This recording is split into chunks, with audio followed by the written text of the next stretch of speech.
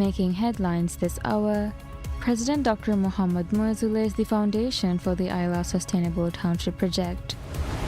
Minister of Fisheries and Ocean Resources Ahmad Shyam stresses that government projects will proceed after ensuring environmental considerations are fully assessed.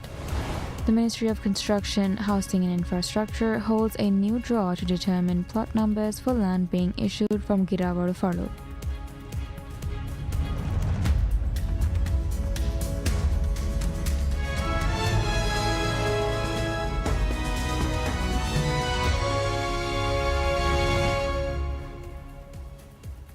Bismillahirrahmanirrahim. Assalamu alaikum and welcome to PSM News in English with me, Minha Maroof. President Dr. Mohammad Muizzu lays the foundation for the Ayla Sustainable Township project. The Ayla Sustainable Township is the first major development project to be implemented under the Special Economic Zone (SEZ) framework in the Maldives. The government officially handed over the project permit on 11 December last year. The project is being developed in the areas of Digufaru, Dekunufaru and Kuramadu and is being undertaken by Crystal Holdings Private Limited with a total investment of $790 million. Reclamation works for the project commenced in March last year and were completed by December. Key features of the Ayla Sustainable Township include generating 60% of its electricity from renewable energy sources. The development will also include a world-class health center and an international standard tourism school. In addition, the project will establish a co-aquaculture and mariculture zone equipped with modern technology aimed at ensuring sustainable local production of food items that are currently imported. The Sustainable Township is expected to become operational by the end of 2028. Once completed, the project is expected to be unique within the Indian Ocean region and serve as a global model for sustainable development. The government said the project will represent a new phase of foreign investment in the Maldives, providing comprehensive access to essential services for its residents, workers, and their families. The project is also expected to create employment opportunities, establish public services, facilitate education and training, and contribute significantly to sustainable economic growth across the country. Minister of Economic Development and Trade Mohammed Saeed says that the Ayla Sustainable Township project will open a whole new chapter in the Maldives' tourism industry. The minister made these remarks while speaking at the groundbreaking ceremony of the first Sustainable Township project to be developed in the Maldives under the Special Economic Zone (SEZ) framework. Minister Saeed said the Ayla project is not merely a development initiative, but also an opportunity to rethink the country's economic growth model and the future of its tourism industry. He said the project will mark a significant shift in how the Maldives positions itself in the global tourism market. Highlighting increasing competition and changing tourist preferences worldwide, the minister said creative thinking is no longer optional but a strategic necessity. He noted that the Maldives' natural beauty and geographical isolation are unique resources that cannot be replicated elsewhere. The minister said the government is building on the strong foundation of the Maldives' resort-based tourism model while expanding the sector in line with evolving market demands. He said that projects such as Ayla will enrich visitor experiences and diversify tourism offerings. From an economic perspective, the minister said the project will stimulate private sector growth in areas such as construction, retail, education, healthcare, and logistics. He added that this will create employment opportunities, support technological advancement, and improve national productivity. The Ayla Sustainable Township is being developed by Crystal Holdings Private Limited with a total investment of $790 million. The project is expected to be a unique development within the Indian Ocean region and globally, featuring modern infrastructure and sustainable design. Minister of Fisheries and Ocean Resources Ahmad Shyam stresses that government projects will proceed after ensuring environmental considerations are fully assessed. Minister of Fisheries and Ocean Resources Ahmad Shyam stresses that government projects will proceed after ensuring environmental considerations are fully assessed. The The minister's comments follow recent concerns about the government's decision to include oil and mineral exploration activities in its special economic zones (SEZs). The minister highlighted the fragile ecosystem surrounding the country and said that development projects will be carried out with these factors considered and given the utmost priority and with considerable caution. The minister stressed every exploration or development initiative will have to go through rigorous, transparent environmental impact assessments with no compromises on biodiversity or long-term sustainability. The minister noted each action taken by the government will have the utmost consideration towards the nation's best interest and that the idea behind each undertaking will always to partner with reputable and capable investors. Minister Shyam further revealed that President Dr. Mohammad Muizzu's strategic plan to diversify the economy beyond tourism and fisheries reflects a visionary and pragmatic step towards long-term resilience. Maldives possesses one of the largest exclusive economic zones with around 900,000 square kilometers. Minister Shyam referred to this fact and said that as of yet the nation has just tapped to the surface of this vast resource through primarily tuna fisheries. He affirmed through considerate exploration, the vast marine resources could be tapped to explore new, sustainable economic avenues. President Dr. Mohammad Muizzu's initiative is a step towards self-sufficiency, Minister Shyam stated. The minister hopes that this step would make Maldives a pioneering nation that has truly formulated a blue economy that sets an example to the rest of the world. The minister also highlighted some of the multiplier effects of this initiative, including job creation. He pointed out that such an endeavor would open specialized job opportunities in the field of marine geology, subsea engineering, environmental science, and monitoring. President Dr. Mohammad Muizzu has re-established the types of economic activities permitted in the Maldives' Special Economic Zones (SEZs) and the minimum investment thresholds required through a presidential decree. Under the amended framework, strategic investments in SEZs must have a required minimum value of $100 million. 9 categories of economic activity have been approved under the $100 million threshold, including gas, oil, and mineral exploration activities. The Ministry of Construction, Housing and Infrastructure holds a new draw to determine plot numbers for land being issued from Girawar Faruk. The draw follows a new land use plan for the location which was gazetted on 26 January with 4,072 plots to be allocated under the Binveria scheme. The previous land use plan had 610 land plots unallocated. While the new plan revises land plot locations, the draw will be held on 31st January at 9:30 a.m. at the Social Center Hall in Mala City, conducted by designated ministry employees. The draw will be broadcast live on PSM. According to the ministry, one person per plot may be present at the draw area. If a land recipient cannot attend, a representative can attend on their behalf with written authorization and ID card copies. The ministry said plot details will be available on the Hiyawahi portal during the draw and recipients will receive SMS notification of their plot numbers. The signing of land transfer agreements and transfer of land registration will be announced later. The Ministry of Tourism and Environment (MOTE) issues an invitation for bids (IFB) for the lease, development, operation and management of tourist resorts in Kashidu Lagoon, Kaf Atoll and Farumuli, Nono Atoll.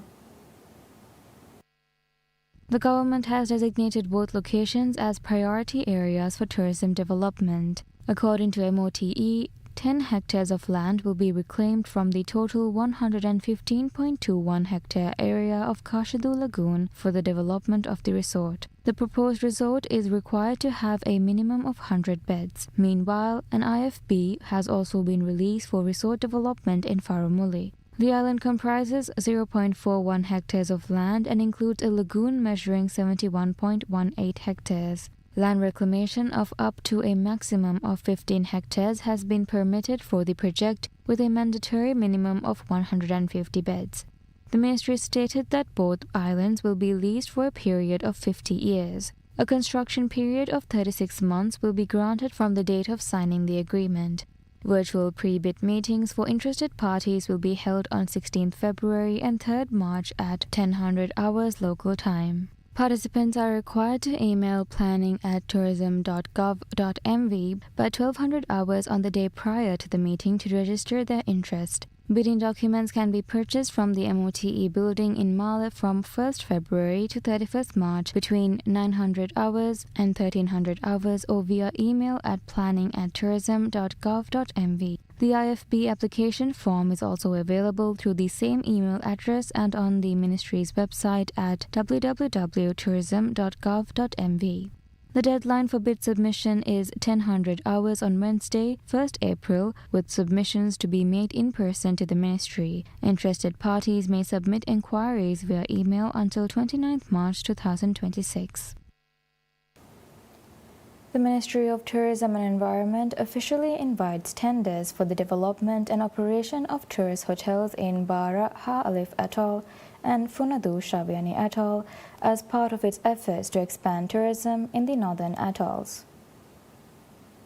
In Bara, a 71,832 square meter plot has been designated for a hotel project with a minimum of 50 rooms, while Funadu will host a similar development on a 3-hectare area. Both projects will be leased for 50 years with a 24-month deadline to complete construction after signing the agreement. The ministry has opened bidding to both local and foreign investors with bid documents available from 1st to 30th March.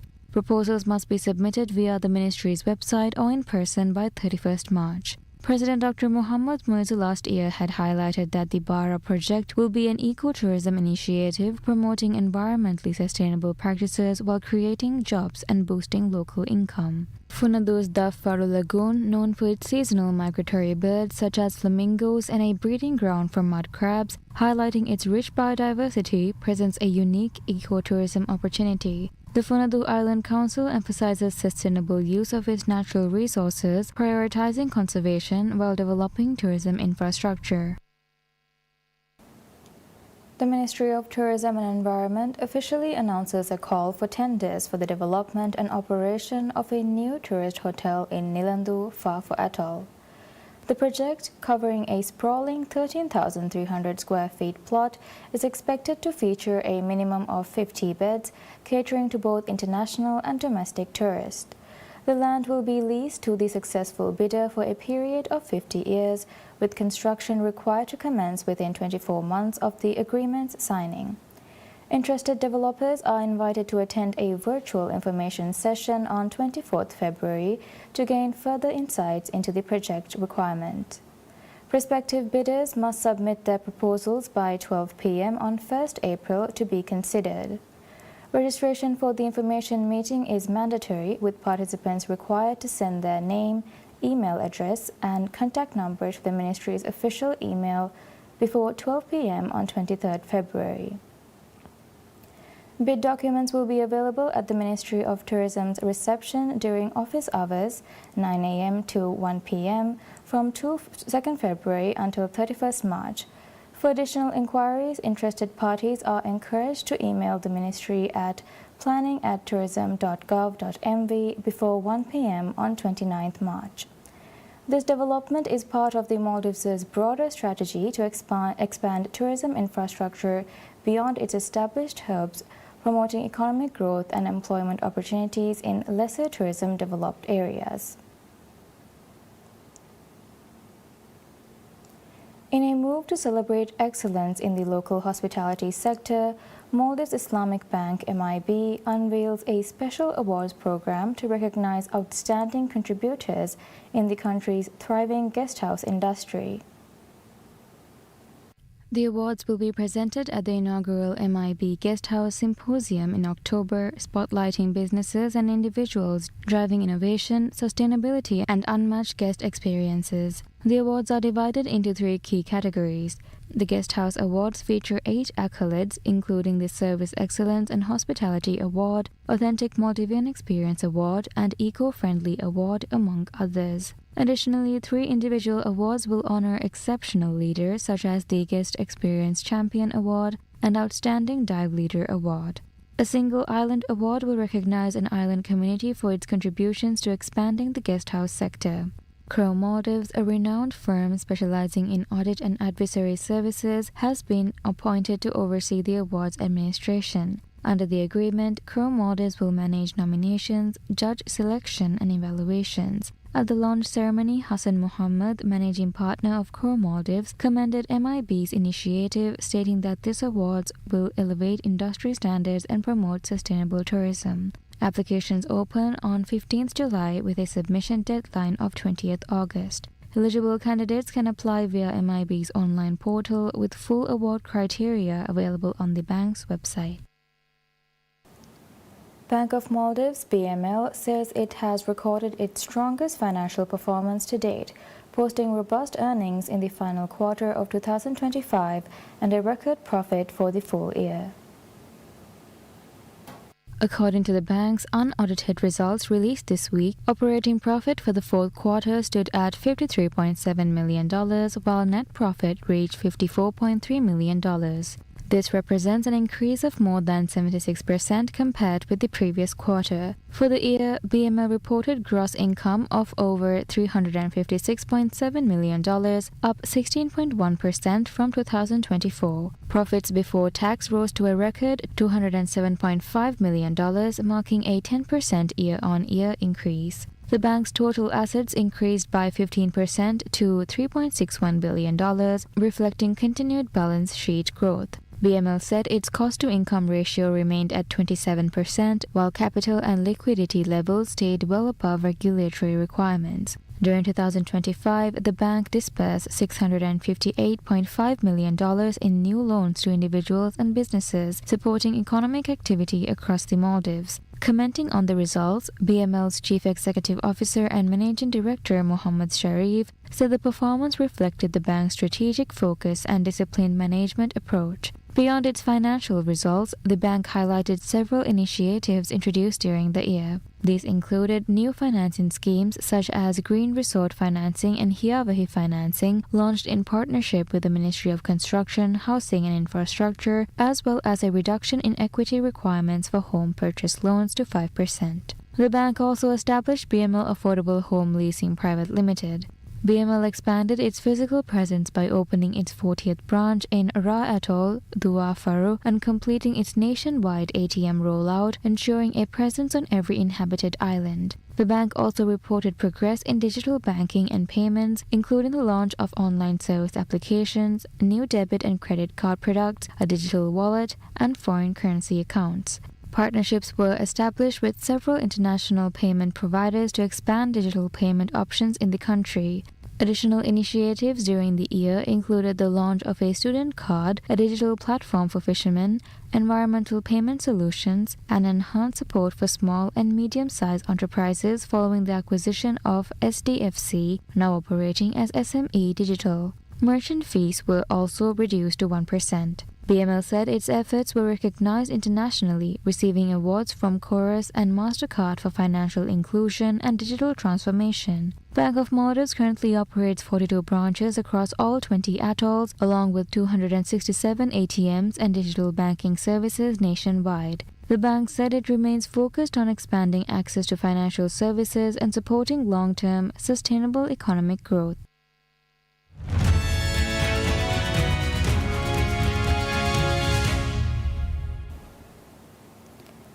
U.S. private equity firm Carlyle Group agrees to buy most of Lukoil's $22 billion worth of foreign assets, including refineries in Bulgaria and Romania, as Russia's second-largest oil company is forced to sell due to U.S. sanctions. The planned sale, announced by both companies on Thursday, January 29th, comes just as Russian, Ukrainian, and U.S. negotiators try to reach a deal to end the Ukraine war and would mark the end, for now, of Lukoil's attempt to become a global player. Lukoil said in a statement it had agreed with Carlyle to sell its unit Lukoil International GmbH, which oversees the company's foreign assets. These include operations in Europe, the Middle East, Africa, Central Asia, and Mexico, and range from a controlling stake in Iraq's sprawling West Kurna 2 oil field to refineries in Bulgaria and Romania. Carlyle said in a statement that the deal was conditional upon its due diligence and regulatory approvals. Russia, which accounts for about a tenth of global oil production, has faced a myriad of sanctions on its major companies since President Vladimir Putin sent tens of thousands of troops into Ukraine in February 2022.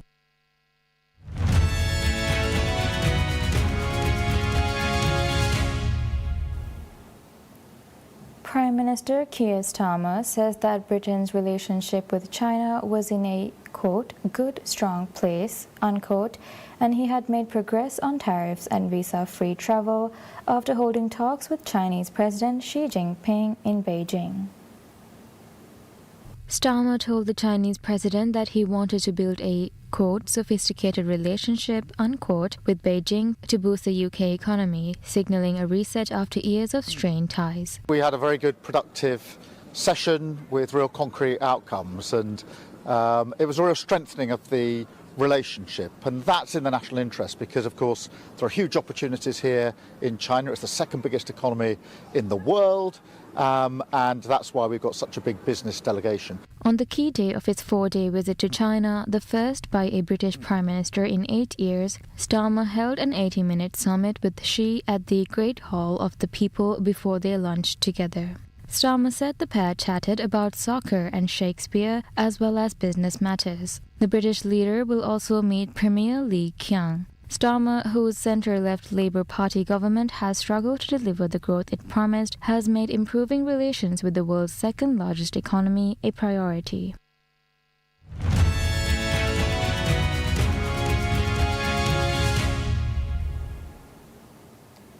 The Confederation of African Football suspends Senegal coach Pape Thiaw for 5 games and fined him $100,000 for quote, unsporting conduct, unquote, after he told his players to leave the pitch during the Cup of Nations final against Morocco.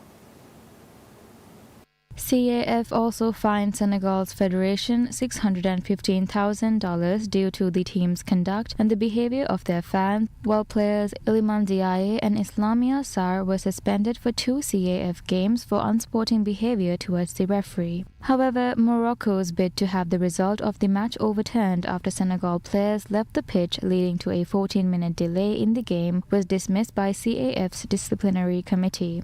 Hosts Morocco were also sanctioned with fines totaling $315,000 for the conduct of the ball boys during the game, the behavior of their players and staff in the video assistance review area, and the use of lasers by supporters. Morocco captain Ashraf Hakimi, 2 CAF matches, once suspended for an year, and Ismail Saibari was suspended for unsporting conduct as they tried to remove the pitch-side towel of Senegal goalkeeper Edouard Mendy in the driving rain in Rabat. Senegal coach Thiaw told his players to leave the pitch late on in the match after they had a goal disallowed, and minutes later Morocco were awarded a penalty that was ultimately missed by Brahim Diaz. Senegal went on to win the game thanks to Pape Gué's extra-time goal. The chaotic scenes at the final were an end to what was otherwise a successful Cup of Nations that produced record revenues for CAF.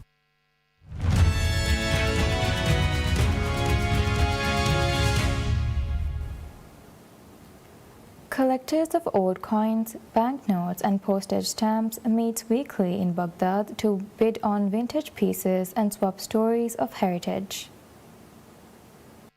Enthusiasts browse albums and trays of items ranging from historical Russian notes to old Iraqi coins at the auction held most Saturdays in the capital. The society, tracing its roots to the Iraqi Philatelic Society founded in 1951 in Baghdad, expanded over the decades to include coin and banknote collectors as well as stamp aficionados, and now organizes regular meetings where members buy, sell and trade collectibles. At a recent session, bidders examined a historic Russian banknote, a 100 Malawian banknote, and Iraqi dinar notes dating to the early 2000s, sliding them across tables for inspection. Others inspected coins from Iraq's monarchical era. Iraqi coins were first introduced in the early 1930s, replacing the Indian rupee, which was used in the country under British rule. Following independence in 1932 and early issues bore the portraits of King Faisal I, King Ghazi and later King Faisal II until the monarchy's overthrow in 1958. Collector Osama Abdel Latif, holding a coin from the 1932 reign of King Faisal I, said he was still chasing rare pieces such as the 100 fils from the reign of King Faisal II, which he estimated can catch between $6,000 and $10,000 if found. Antique shop owner Muhammad Haki, who also trades in medals and other collectibles, said preservation and circulation of historical items was important for keeping the hobby alive. And that's all we have for now. Thank you for watching. Wish you all a pleasant day ahead.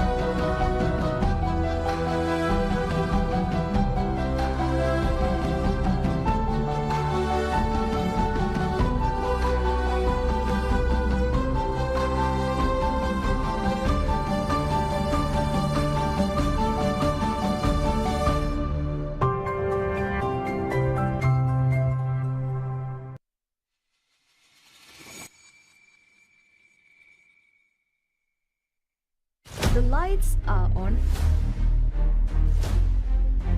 The cameras are ready.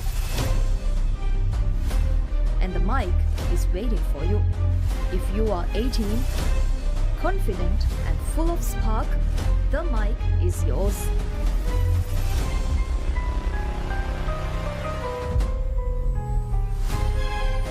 TV host auditions now open in Divehi and English. Register today on the PSM Air app. Eki kulivarta daskuram beenuwa kudinna coachunge irshad. Eki kulivarta kuga kamyabu hoduma kulunteri kura masekke. Punaruveri tafatu kulunteringe tafatu style takuge wahakata. Eki kulivartakum eki dandutakum.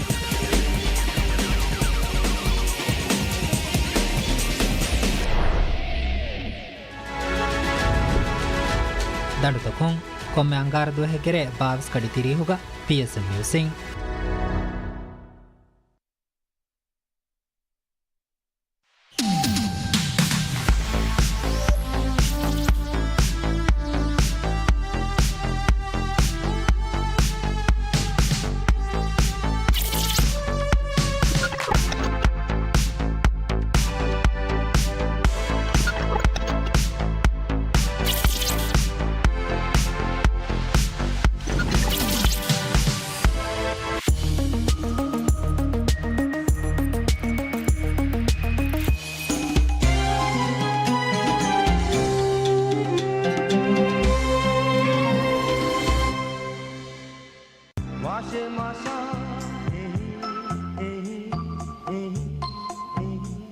Airport में गई खंडाली हिसाबों मूनु एको हिवी हम एक feather हम बिम्मती दमा गई हैं मगुमती का सलांजा मुलुनी माले का सलांजा मुलुनी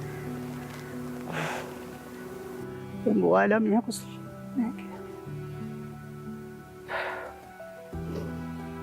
आर्मन दिए ना वो आके की दो कल देवनी में दूर देवनी में इतनी बड़ा अन्ना नहीं मिहारोस අඩගොන තිය මගකුම් අඩගොන තාරිෆුළු කොස්සාන්න තිය පිය වෙසේද. ඉන ගයිදින්නකි හම රංගලු මසෙක්කතේ දස්වගෙන් නුකුන්න ගයිදින්ගේ ගොතු ගහෙදුන් අඩගොනුමින්ගේ නායගන මක්සද. प्रोग्राम तक आडमे फास्ट को फमी मी बेरद्दा गैदिन मुत्तम यो बोटा गाड़ाल